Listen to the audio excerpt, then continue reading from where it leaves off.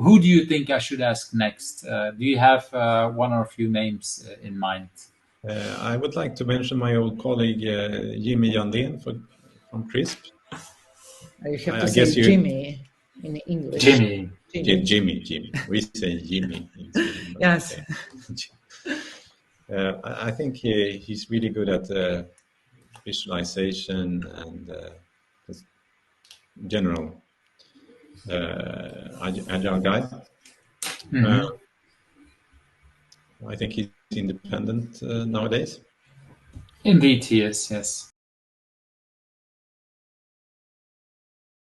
Hi. Today I'm talking with Jimmy Janlen. We talked about Star Wars kickstarting his career, how he prefers to learn from experience instead of books, and how he once co-created a fully functional city for just a day. I'm Yves Hanul from Who's Agile. My pronouns are he and him. Welcome to my channel. You see a lot of agilists around me on this screen. If you want to hear me interviewing, please click that subscribe button, because these are the people that I've invited so far. If you think I'm missing people, let me know in the comments. And that like button, well, if you liked today's interview, don't forget to click it. Hello everyone, and with me I have Jimmy Janlen, and I'm in Belgium, in Ghent. So we typically, I'm showing here where I am. This is Ghent, and I'm going to ask Google to move to Stockholm, where Jimmy is at this moment. I think where you are, a little bit like that. Of course, not the exact location, but we don't want to help stalkers. But close enough, I would say. Jimmy, at this moment on my side, it's 20 hours 25. So in the evening, 25 after 8 in the evening. What time is it on your side? Well, exactly the same, actually. Yes, so we are miles away or kilometers away, but still we're in the same time zone. Yeah. This is one of the reasons why I try to do it, because sometimes people look very close but different time zones, and here it looks far away. I don't even know if I would be able to drive to you, if I need to take a ferry or something like that. But yeah, we're in the same time zone. Yeah. It's in the same time zone. Okay, well, Jimmy, for the people that don't know you, tell us a little bit about yourself. Well, agile coach. I'll help you. I'll help you also. Not just agile coach, but I have a few things that. The picture is not perfect, but yeah, this is nice. So agile coach since tons of years. Software engineer in the previous life, and apart from coaching and helping organizations and leaderships and teams, I try to find time to, create content, self-publish author, and create games, and spend time doing YouTube as well, and then trainings and seminars, and and being guests of pods and interviews. So that's And we've known each other for quite a while. I think first met in 2013, 2014, something like that, when I was invited, or I invited myself to join a week in Spotify, and we hang around. So that was kind of nice. It was, and we seem to bump into each other from time to time. Yes, we do. I love it. And you've been a guest on my YouTube channel as well. Yes, and it was really fun to talk about work retrospectives at that moment. Okay, let's jump into that first question, Jimmy. What is something that people usually don't know about you, but has influenced you in who you are? Well, if maybe you're aware of my love for Star Wars. Maybe you've seen me dressed up in a Star Wars shirt doing a seminar, or I created a series of Star Wars Lego posters for a while. Mainly to get an excuse to buy Lego on the company. So I have ridiculous amounts of Lego bought on the company. So that was a stroke of genius, I thought. I was very proud of myself. But actually, Star Wars influenced my career path as a whole. So as a kid, I saw the Star Wars movies, and I was blown away, of course, and it consumed my world. And I figured I want to be part of making these next adventures, because there was a rumors there are going to be more movies beyond the Return of the Jedi. So I wanted to work with special effects, and I read everything I could about Industrial Light and Magic, the ones who did the special effects for the movies. I'm a kid. I'm 11, 12 years old. And I realized that in the future, this is going to be computer generated. So that was kind of just starting. All right. So I loved programming. I wrote my first game on Commodore 64 at the age of 11. And I wrote my first RPG editor when I was 13. So you can create, well, whatever. So I think, okay, now I need to study computer science in order to work with Star Wars movies. So yeah, that's how it started. So I studied really hard to get into studying nature and science on high school level. And then I set my sight on computer science studies in Uppsala in Sweden. So yeah, so that triggered me studying computer science and programming and engineering. But somewhere along the line, I forgot about that dream.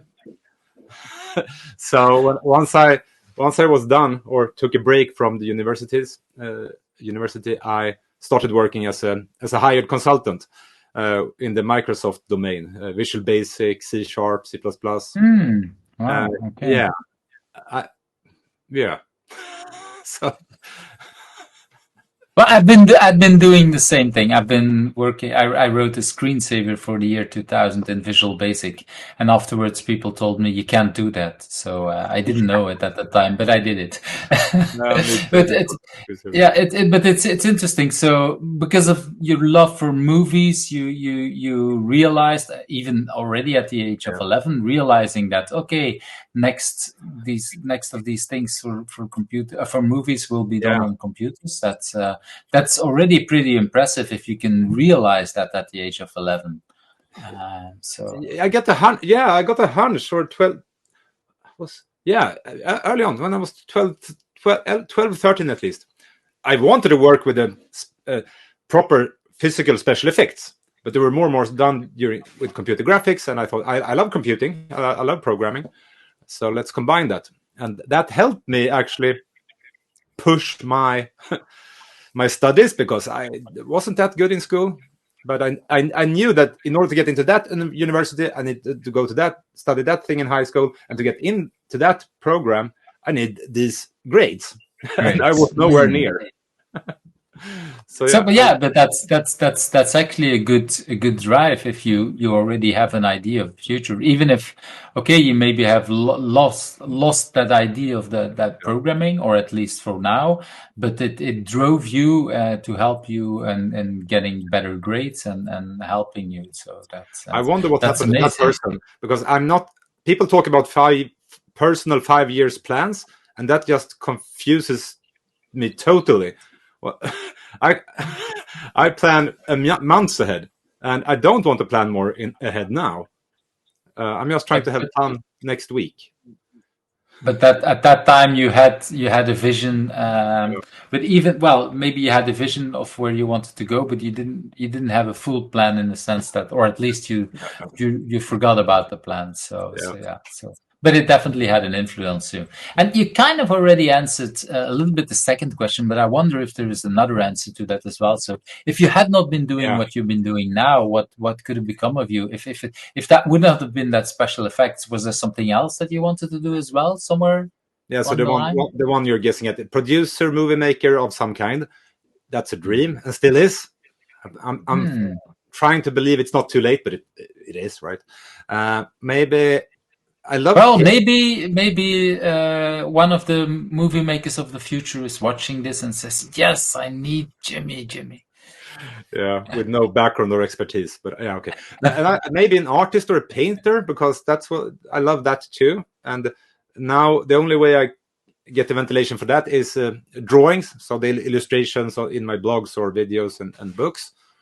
That's just doodling, but yeah. Yeah, but you make them all yourself. If people just watch the books that you have, or even your YouTube channel, there's a lot of drawings that I would not even know how to start, and it always looks amazing. it's tempting to. I was tempted at some point, Jimmy, who's making them, but I already knew. But not everybody realizes that you're making them yourself. So there is actually some part of that graphical that stays alive, and that you still, it is, and I enjoy that a lot. If I would have pursued the study path, maybe I would be in astronomy, hunting black holes or galaxies. That's what I do in the evenings when I fall asleep. 1 hour of different documentaries about the universe and cosmology. And wow, that's also very well. That's another kind of Star Wars, or there's another influence of Star Wars, I would say, if you look at that. Yeah.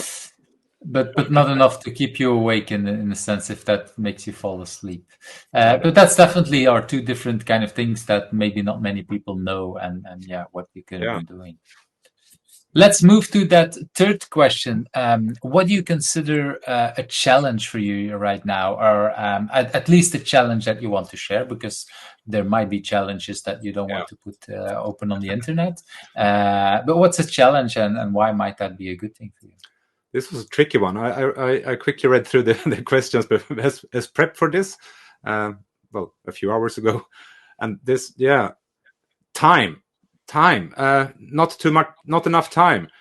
All my days ends too early. Some people long for getting to bed and just, it's going to be so nice to sleep, but no, I never want the day to end, and I always think I'll manage to do more than I want, and I say yes to too many things. And apart from working and YouTubing, I have a family I want to spend time with, and I want to have me time as well with all my computer games, because I have all the consoles, and I'm pouring ridiculous. And that, so it's never enough time. And then you flipped it. Why is this a good thing? Yes. Because that's for me. That's of course the coaching me. Of course, is there a good part about doing that? It is, and it means that it's twofold. It gives me permission to say no to myself without feeling that I'm failing or anything like that. So during certain periods, I get a lot of requests. Can you help with that? Can you do this? Can you run this talk about that? Can you so I get a lot of requests, and then when I look at my calendar, it's kind of crowded, and it feels I can't. And so it's easier to say no to boring requests, and hopefully I'll do the right thing and say no, I'm fully booked, when I'm not. Actually, there's some slack which I try to protect, so that I still can say yes to the fun stuff. But is that when you say no to yourself, is it easier or harder to say no to yourself than to someone else, or is is there no difference for you? Good question. I find it hard to. I'm practicing to prioritize myself too. I'm asking because what I see myself doing is I get an interesting or not interesting, it's even independent. I get a request from somewhere else to join a community or to do something, and I say, no, I don't have time. And then I take a shower, and I'm so happy for myself that I said no. And then in the shower, I invent something else myself, and then I keep still pulling my time again. So, and then afterwards, I'm like, okay, I said no, but I created maybe even more work because now I do something on my own. So I don't know if that's something you recognize. Maybe. What I've learned is that I've now realized that I've practiced it so much, so my automatic response is always no. And that took a while, because my earlier it was yes, and that don't work, right? When you say, that sounds like fun. Yeah, let's talk. Yeah, let's meet for coffee. Yeah, sure, I'll join you with that or this or no. So now my default reply is no. I probably won't have time, but let's have a chat about it. I'm still curious about it or about you, and let's see where that leads. And Yeah, that's an interesting flip, because then people know at least that there is no default yes, that they have to do it, and gives you a little more. Yeah, I recognize that it might be a good idea to learn because for different things. Doing it the flip side, saying internally, I still haven't made up my mind, so I might not. But if I start with saying yes, you'll be happy short term, and I will go, whew, he's happy. But internally, I know that I might end up saying no, and then I'll disappoint those people. But if I said no, I'm very protective of my calendar, but I'm happy to explore it and see where it leads. Then that's a different starting point. Yeah, and it in the end, there's much more chance that both of you will be happy, because at least people feel, okay, he said no, but he still wants to make a little bit time, even if you still say no at the end. People know you considered it for real, and you'll be happy. Even if you say yes, in the end, you are really happy because you know that you didn't say it just out of default. So I like that idea. It's not a perfect plan, because sometimes I do say yes to too many fun things without really checking my calendar. So that just happens. I've been working around the clock, including weekends, for the last 2 weeks. Wow. Okay, that's indeed not healthy. No. I recognize that, and especially with the YouTube channel that you have. Well, I know this recording, it always takes at least double to triple the time to upload stuff, and I don't even do much editing, where you do a lot more editing. Yeah. So that takes a long time if you want to do that, to have that kind of thing. Usually 2 full work days to make 10 minutes. Yeah, that's what people usually don't realize. And if we want to do that at the quality level that we want to do, this is why I chose. Well, this is for me one of the reasons why I chose not to do too much editing. The other part is, for me, it should really feel like a normal conversation. So then I don't want to edit too much out. The disadvantage is, of course, all my interviews take way too long. But okay, it's a choice, and some people seem to like it. So that's it's a different audience. But it's also part because I don't have the time to do all the editing. If I needed to do that, then I have to say no to, again, a lot more other stuff that at this point I don't want to say no to. Yeah, I explore in my mind different setups or pipelines for creating an episode, which would require less preparation and less editing afterwards. But I keep falling back to I want to do this, because the kind of episodes or YouTube videos I do, I'm kind of copying my role models on YouTube, kind of edutainment. So there are a lot of channels, SciShow, for example, and a lot of channels who educate, but are trying to do it in a fun way. And they kind of look like my channel, and I realize now, if it's going to look like this, well, you have an audience, and it seems to attract lots of people. So it works, and it's indeed it's always been fun. It took a while since the last video. Now there's one online at this moment. We're recording this at the end of January. There's a new one last week or something like that, and I do remember that, seeing it back up. So that was actually a while since I hadn't seen a video from Jimmy. So it created some joy internally. So seeing that, so that was. That was really nice. Like, I didn't even realize I had missed it, of course, because I was so busy with my own channel. No, I took a break last year, actually, so that was a hard time to say no to myself.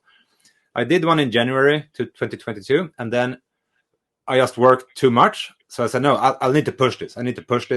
It's coming later, but not this week, not next week, but and then in May somewhere I realized, no, now I'm going off on vacation. No, I'm pausing. I will continue, but now I'm pausing. And but then, it's like you say, that's the thing. You need to say no at some point to avoid that it's getting too long. Yeah. It's but now the ambition is, I should probably not say this out loud, but one episode every month. So yeah. Okay, so you have some kind of schedule for yourself. And I've written a sponsorship deal. I have to for a few more episodes. But that's also a good way to think about it for yourself. Okay, there's a lot of things that we talked about that shows that you have a lot of passion. So do you know where that drive is coming from? Because you do have that drive, like many people in the agile world. But do you know where that passion is coming from? No. But maybe let me think out loud. So, what drives me? I find I love to share, do seminars and YouTubes and the LinkedIn articles and blogs just for the sake of sharing, because there's always someone out there who's going to find inspiration or find value in it. And I passionately believe that we can have better workplaces with happier people. So I'm applying these agile ideas kind of to our structure and leadership. So I truly believe that people can, be happier in life if they could work in an agile environment, whatever that means. And so you want to share it with the rest of the world that more people can enjoy that. Because I don't have enough time. I can create my beautiful slides and my YouTube explainers, and I can charge people, or I can say no. I'm gonna save this great content I've created to the customers who pay for it, or the trainings I do, so other teachers don't steal my material. What? Let's get it out there, and because I don't have time to. I like some of the whole world. I want as many people as possible to be able to be inspired by it. Some might like it, others goes, whatever. And I don't reach many people if I'm protective about the things I create. That's one thing. And others share too, so I want to share back. And another drive I have is to learn. I don't read many books, for example. So I like to learn from experience. So I always try to have an ongoing consultancy assignment at kind of a front runner agile-ish company. It was Spotify, but since then I've been working with many other young startups that's a true agile mindset. But that also keeps you growing and learning at the time, of course. So there are so many agile coaches, and I'm grateful for that, helping companies through a transition. But once you have agile teams self-organizing, you have a new bag of problem. There's new work to be done. So since the last 10 years, I'm practicing working with those new problems that many companies haven't arrived to yet.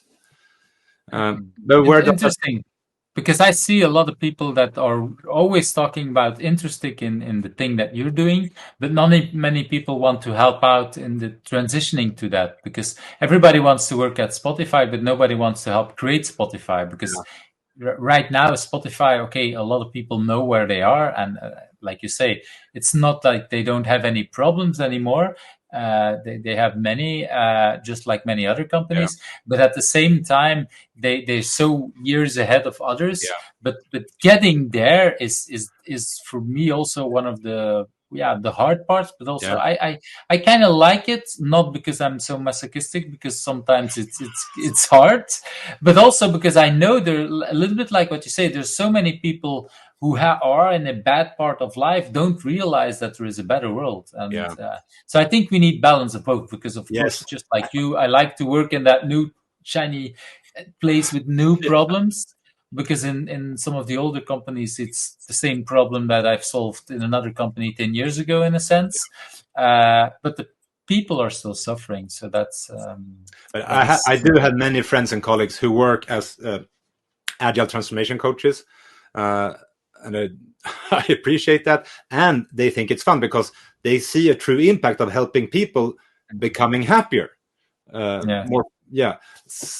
I guess the level of change you can observe as a coach is way huger during a transformation. If you're working in a company, that depends, because sometimes it goes slower, and I mean, if you're in a startup, you give one idea and the next day it's already implemented. If you do it in a very old company, it's legacy. It's a legacy problem. Yeah, something like that. But yeah, it shows a lot of drive and passion that you have to help to improve the world. Well, there's a lot of things that you already talked about. What do you consider your biggest achievement? Basically, this is your moment to brag. So the real question is that easy? Or the question behind it, is that easy for you to brag? Because not everybody here on the show likes to brag. So how easy is that for you? Actually, my biggest achievement is I made a medieval town with 500 citizens and 100 houses come alive for 5 days. So I was I was project managing, or kind of, but with very agile leadership attitude when I was younger. Live action role playing game. And this was the 4th installment of a series, and it was the final one. And I still have nightmares about it because it was so much work. But yeah, so when it actually did happen, so it was a live action role playing game set in some fantasy medieval setting, and we built a town, and it's still one of maybe the biggest town ever built that just existed for a few days, and then it was torn to pieces. But it was alive. Wow. So it was a functioning city with city guards and taverns and festivals and some kind of financial system and legal system and everything like that. And still today, this was 2005, and it's still being talked about. So I'm super proud of that.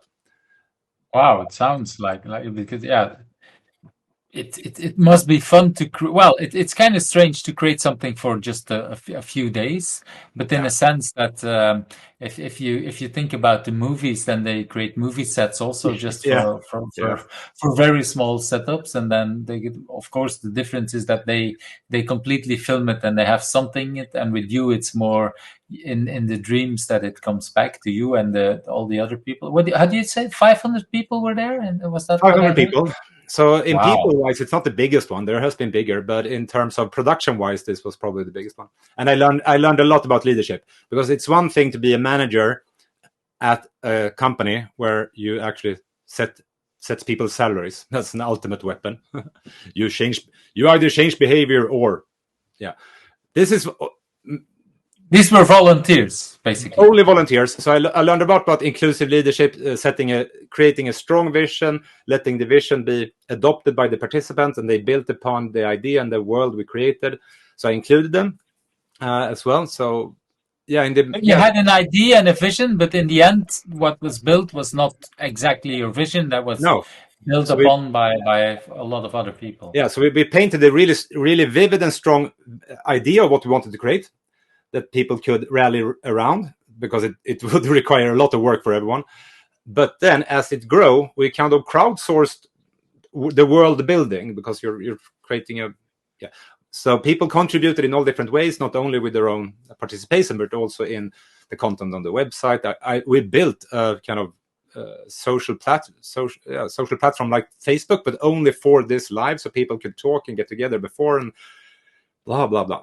My second biggest achievement is being here. I just started a blog in Sweden millions of years ago, trying to promote myself, and I've written blogs to promote myself to get more exciting opportunities. I created my YouTube show, and now I'm part of your book, Who's Who in Agile, and you've invited me to this show. So it feels ridiculous that I'm part of I qualified for a list called Who's Who in Agile. It's interesting because for me, the list is not per definition the biggest and the most important people in the agile world. So sorry to put a dumper on that idea. No, but it's built upon recommendations, right?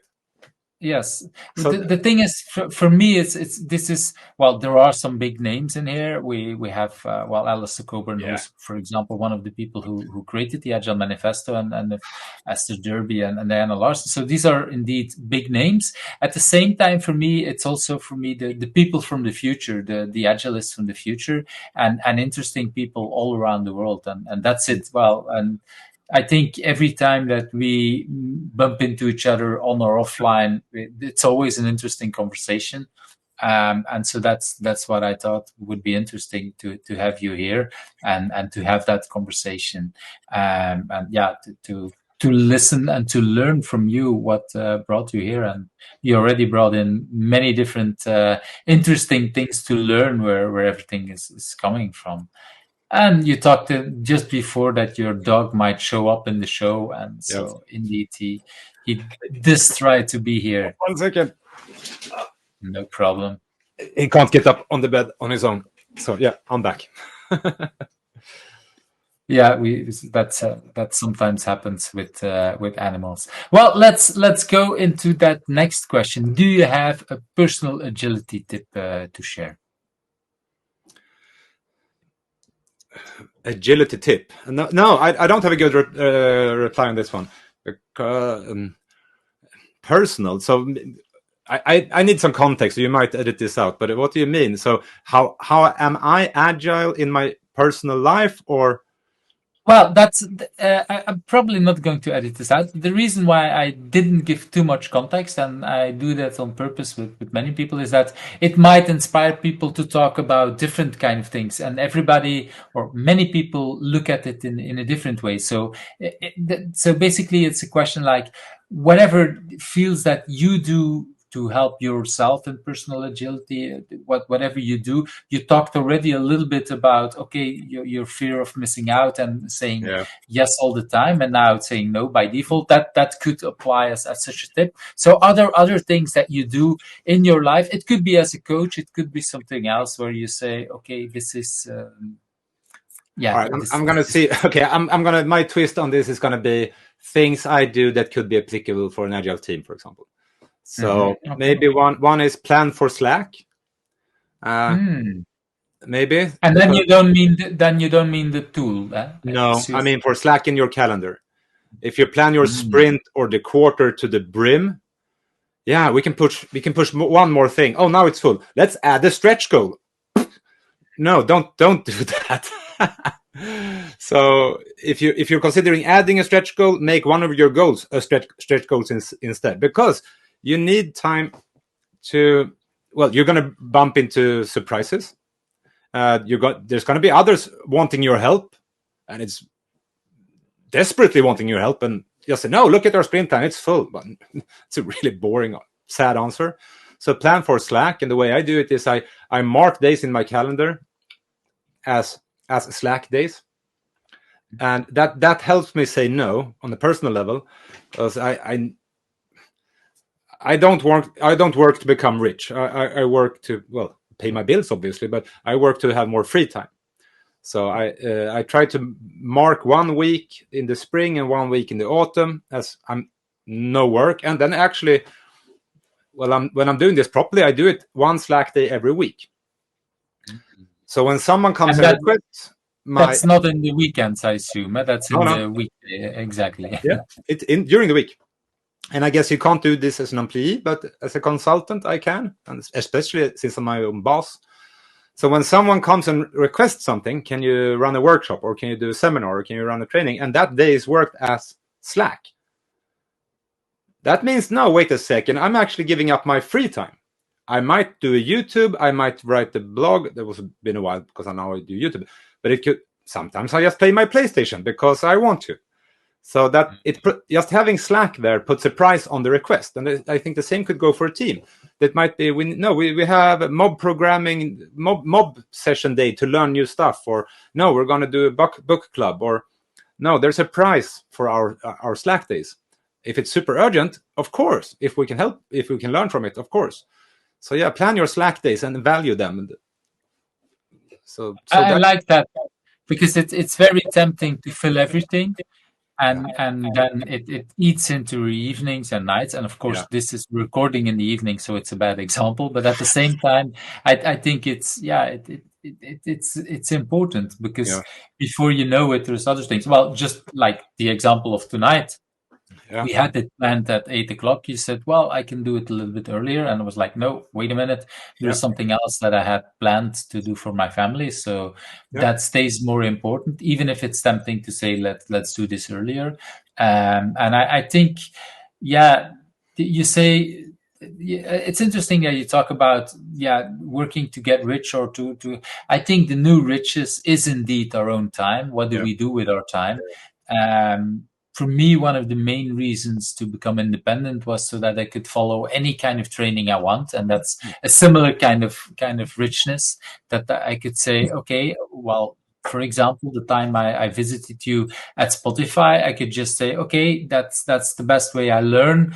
I sent a quick email to Henrik Nieberg, and he said, well, I'll bring you in contact with Jimmy, and you take it from there.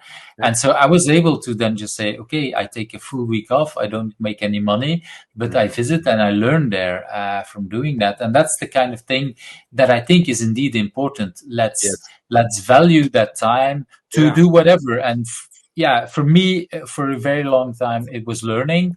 At some point when I built a house, I did the same thing, but then not for learning, but just making sure I could deal with that, because that's stressful. And I think it's really, this is also for me, for example, one of the reasons why I'm doing this YouTube channel these days. For me, it's like I want to stay at home. I'd say no to conferences around the world. That used to be for COVID, because I thought, okay, I don't want to leave Belgium. But now it's like, no, wait a minute. I have children who are at university.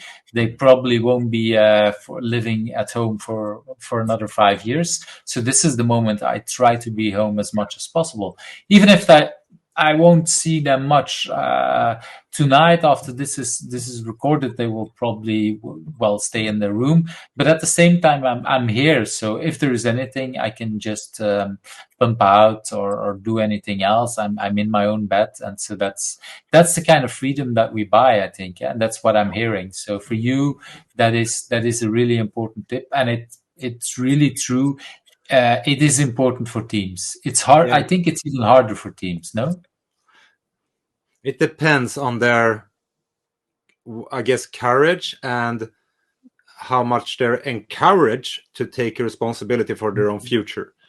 So if a team is told that no, you're here and now to make the stakeholders happy or whatever, but you're also responsible for the future health of your code, your data, and your processes. So.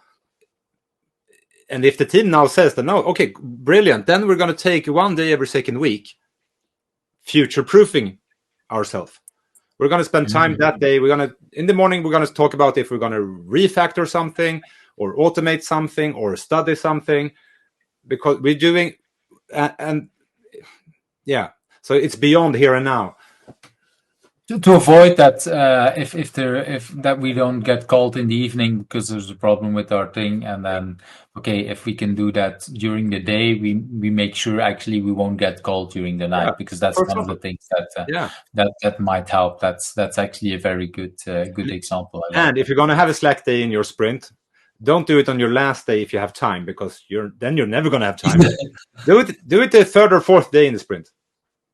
I like that because indeed, if it's the last day, you always will want to end up your sprint and make you end up good. So that's the first day it's a little bit like what's called the student syndrome. In the beginning, we work a lot harder, then there's a little bump below, and then have it a little bit as an official slug. I would say that might be a good thing, because in the end, it's not that people will slack off. It's actually they will work, but they will work on more important things that are usually never get the priority. I think that's an important part too. In the beginning, you're probably going to have a challenge having people not working on their sprint tasks. But no, stop, zoom out, think long term. I think that's important as well, to keep learning and to do other stuff, and maybe Slack at the moment that if, like you said, if you had a very busy year, maybe because it is 2023, but for me it feels like we're still coming out of COVID, even though most of it is gone, but we're coming out of a 2-3 years that were really, really heavy, and so a lot of people are still recovering from that.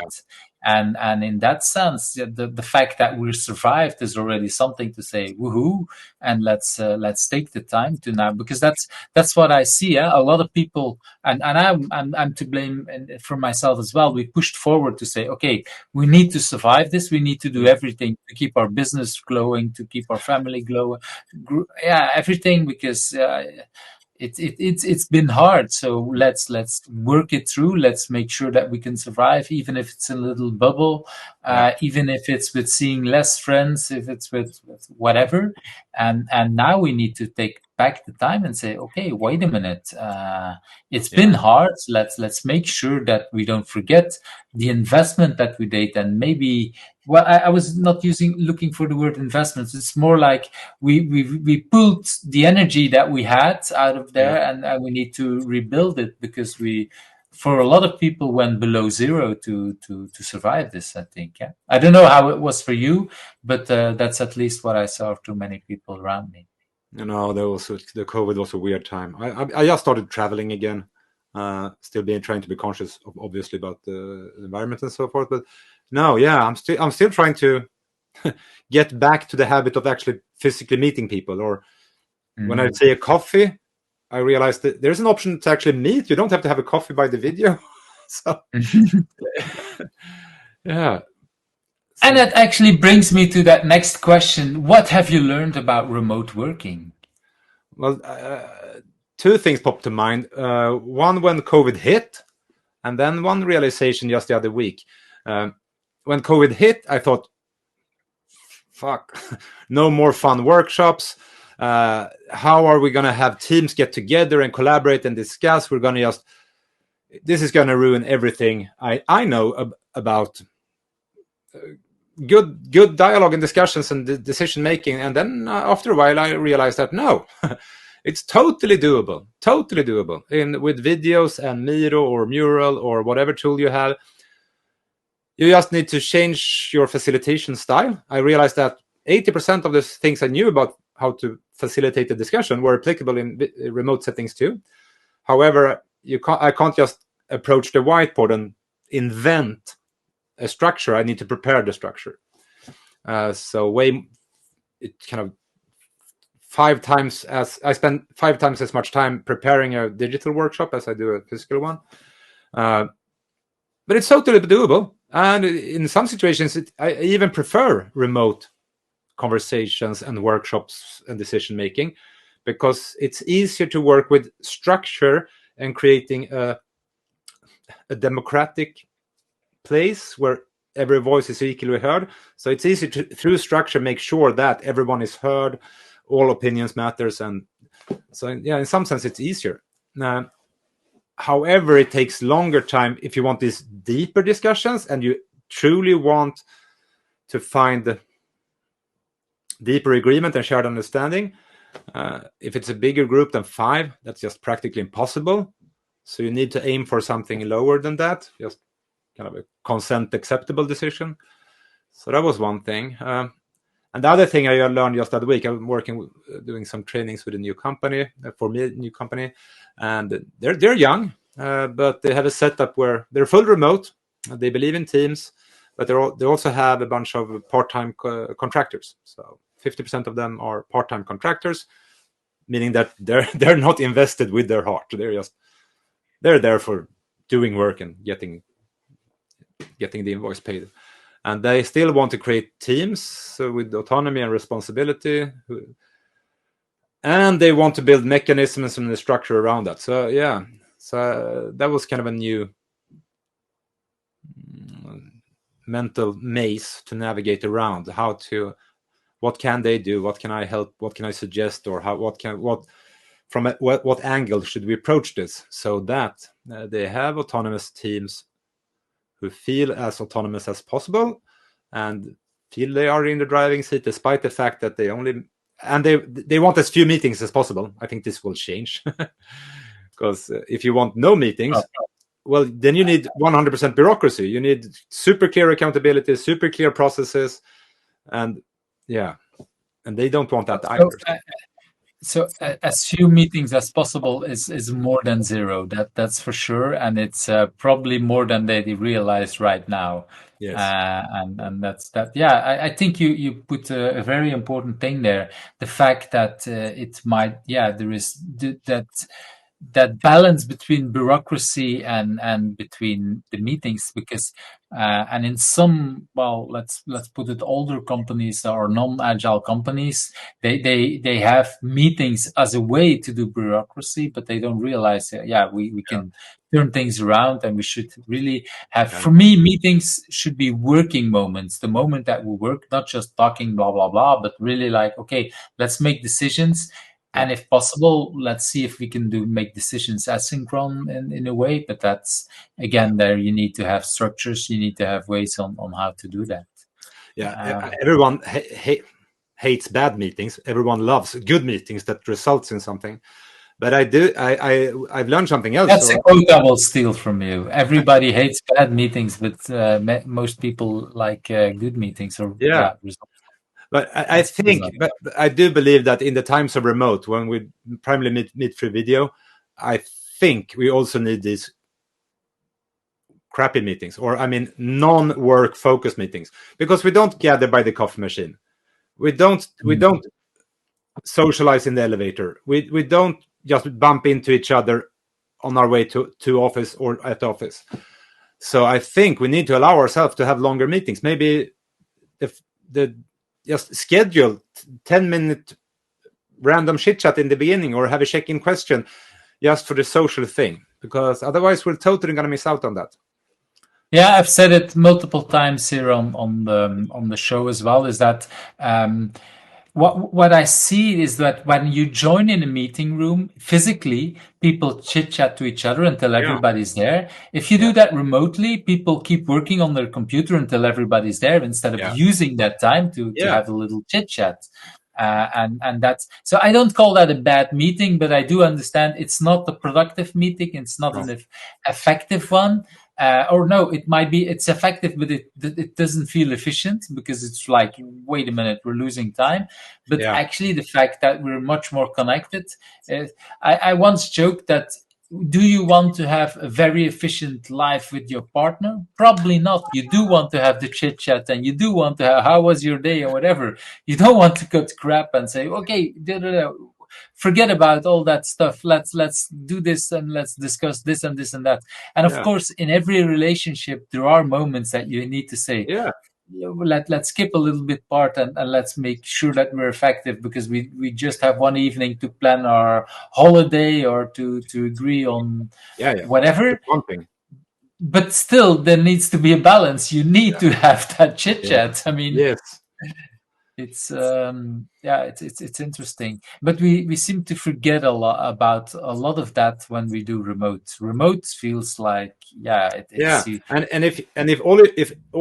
if all you've experienced are bad meetings with our kind of non-effective and doesn't result in decisions, obviously you want as short meetings as possible, and you just focus on the number of minutes. How short can we have our daily or our sprint planning, because those are boring.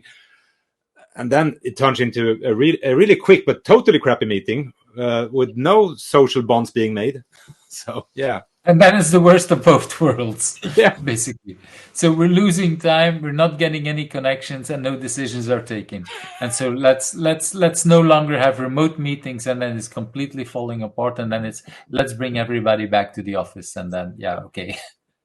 No, that's not what I'm saying. Oh, whatever. Move on. Did you have but I really like that it shows the problems that we have with that kind of thing. Well, you already said that you're not a big reader, but do you have a book that you read that you said, okay, I do want to talk a little bit about that?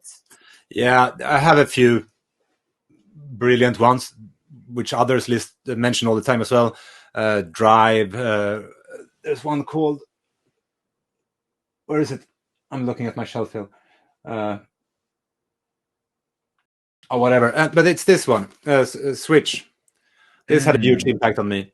How to change things when change is hard. And the Brothers Heath. Yes, Chip and Dan Heath. And I think it made a huge impact on me. And then I've learned, of course, as a coach, what works and doesn't work. But I keep on coming back to this one about how important it is you need to lead change in some way, kind of offer people to join a vision or a cause. And if no one wants to join you, maybe you're wrong. Maybe this is not a problem to fix. Or you're just in the wrong place So how do I convince everyone around me that they should work agile? Jesus, sounds like a really tough job. Just go somewhere else if that's the starting point. But it's just how to shrink the change and how to. No, this has a huge, profound impact, and it's so many great stories as well, which I sadly forgot. So I should probably reread this. It's interesting because I indeed have reread it last year in a book club that people. I was in a book club where people proposed it to reread it, and at first I was like, "Yeah, but I read this already. Why would I?" But in the end, I really loved it because indeed there's many stories in there that I already forgot. And it's interesting to do. And now I see that a lot of these stories have been reused in other books. And some people said, yeah, but I read that there. Yeah, but if you compare both books, this book is basically older. So this is where a lot of these stories are coming from. But they write it in a way, and I think they have a few other books. I can't come up with the other names, but they have written a few books since. But I think that's the first of their series, and it's really interesting. I like that you bring it up because it's a not typical agile book, but at the same time, it is important for a lot of the work that we're doing. And typical agile book, I mean, it's not written by an agilist or anybody. It is sometimes referred to, but not as much as Drive, for example. Everybody is talking about Drive or turning the ship around. So this is a book. Maybe it's because a little bit older, but it still is valuable for people to read it. So thank you for bringing that up. Yeah. So that will be the one. Great. Well, I have the next question is, what question didn't I ask, and should I also ask? Do you have something that you say, oh, this is something that is good to also answer? No, I still haven't thought about it of an idea. Is there anything that you like to talk about that you feel really passionate that is that you don't have enough chance to talk about? So maybe that's the moment. Well, lately I've been. Well, I guess it's related to this. I wish you please help me come up with a better word, but agile culture is the coin I use, or the term I use. So how do we build? Yeah, the art of us building a culture within which people and teams can flourish, and of course everyone contributes, but especially what can we as leadership and managers do in an organization, depending on our levels, to change the culture, this vague, intangible thing. And I was asked to write a series of articles for active agile leadership, so it's a leadership program. I was asked to write a few articles about that, and that got my head spinning. And that resulted in a one-day training I offer, so some self-promotion here. And then I just did a YouTube episode about that, where I tried to condense it to 10 minutes. No, it turned out to 20 minutes, I think. I think it went about 20 minutes, yeah. So that's something that just swooshes around all the time, trying to make this fluffy thing tangible and actionable. And I guess I'm trying to mold my own definition of that. And I have a version of that right now, which I like, but I'm hoping that's going to evolve and become even more concrete. Because there's so much talk about the agile mindset, and we need an agile culture. And these things are so fluffy, but I think there is power in them, depending on how we angle the conversation. So what the question is and what the answer is, I don't know. I hear that the question is around creating the agile culture or something like that. And so do you have so you have the one-day course, you have the 20-minute version. Do you have a 2-sentence version of that? What would be the elevator pitch for having people think about the culture? Yeah, I do. So my definition of what culture is, that's I think of it as 4 things. It's who we want to be, our future, what our product, our service, our vision. So, come and join me. We're doing this thing.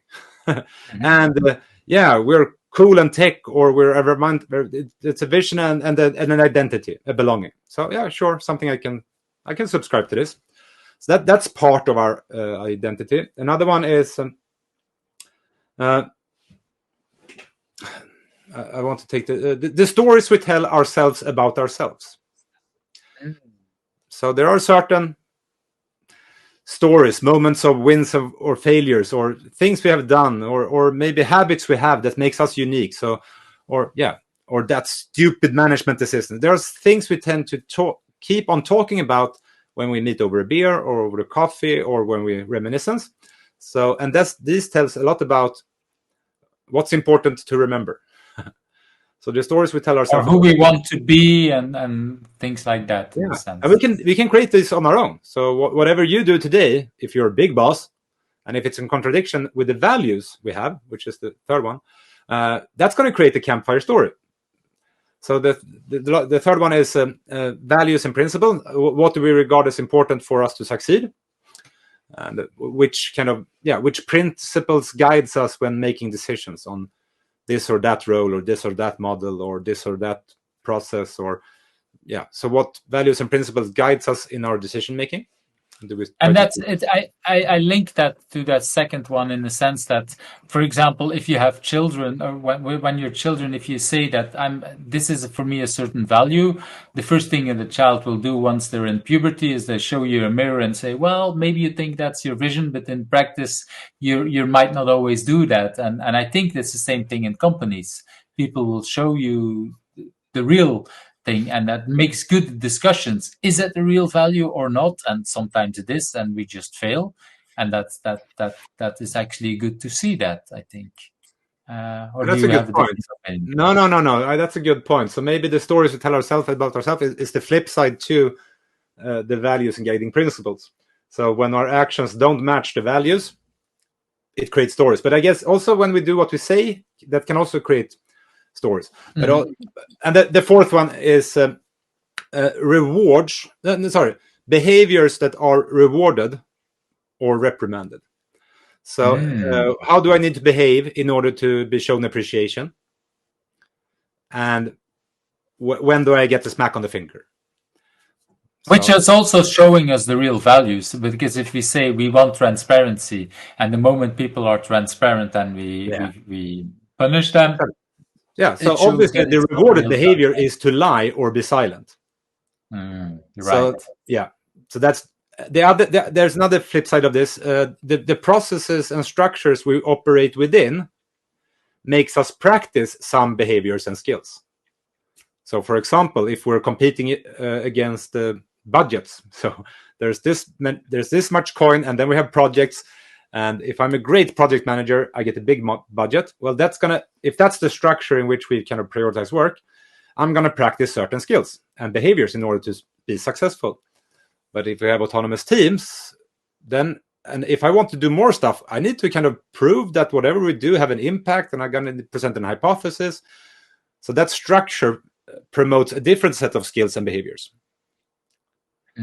I link it to what you said earlier on, because basically you said no by default, and so if somebody can prove to you that it brings value to you, you make your time available, and that's not because it's a big hotshot name that gives you the action, asks you, and there's a lot of budget, but it's the project, it should be valuable to my time in a way.